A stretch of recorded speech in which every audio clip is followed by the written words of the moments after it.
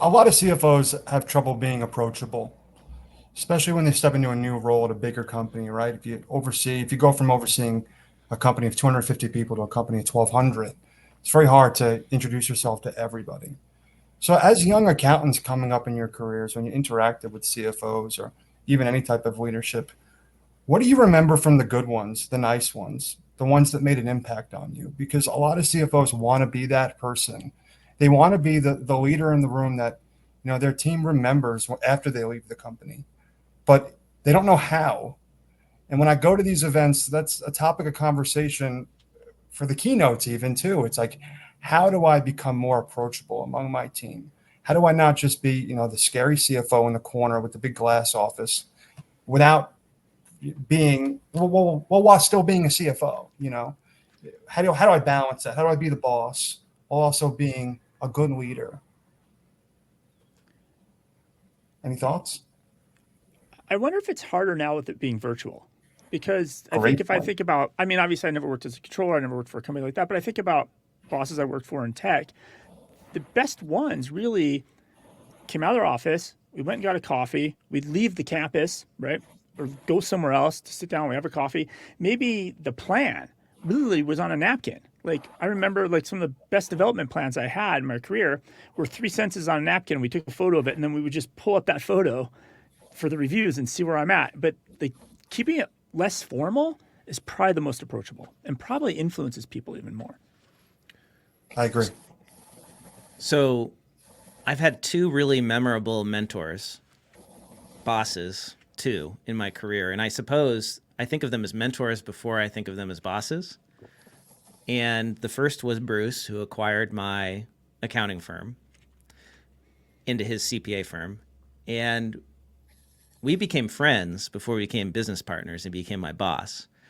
We met at a conference, and he sort of took me under his wing and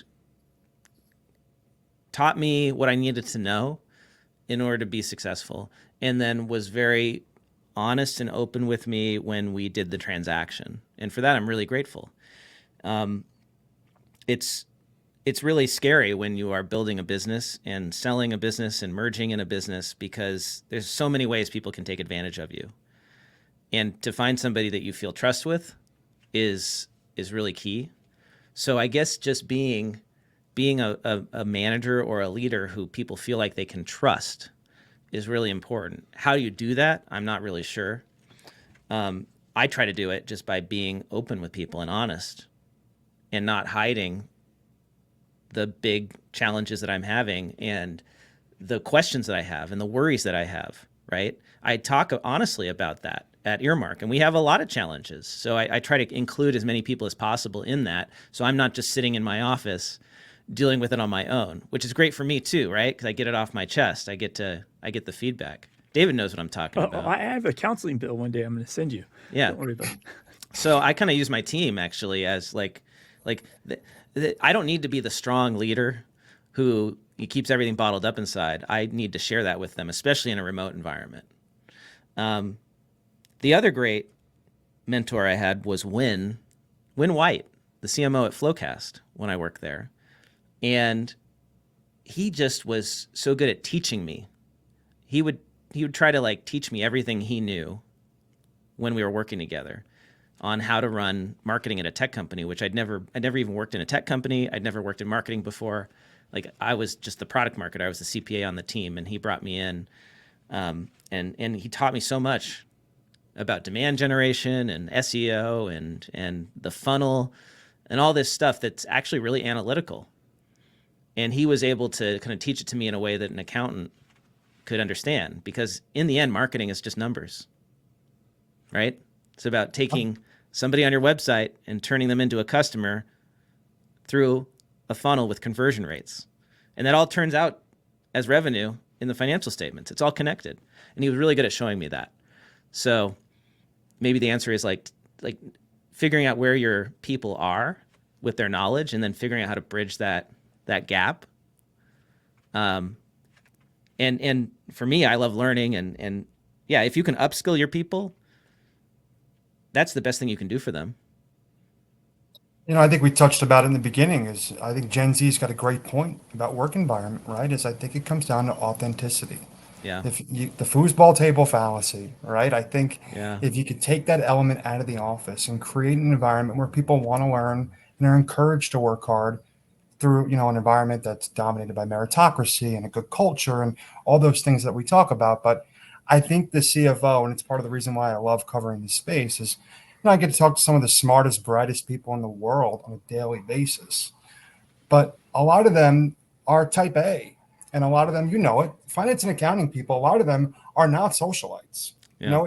It takes a lot of time to get that degree and a lot of coffee, a lot of hours in a coffee shop, sitting behind a computer, not talking to anybody, studying for 4 years, and that shows. And I think once you become a leader, nobody teaches you how to be a leader of people. They teach you how to lead companies and lead operations. And so I think that's a big part of the CFO role that needs guidance is how do I be a better people person? And I agree with both of you. I think it comes down to this idea of creating an authentic workplace. I really do. Yeah. Authenticity is really the word I think of the last decade. And we have social media to thank for that.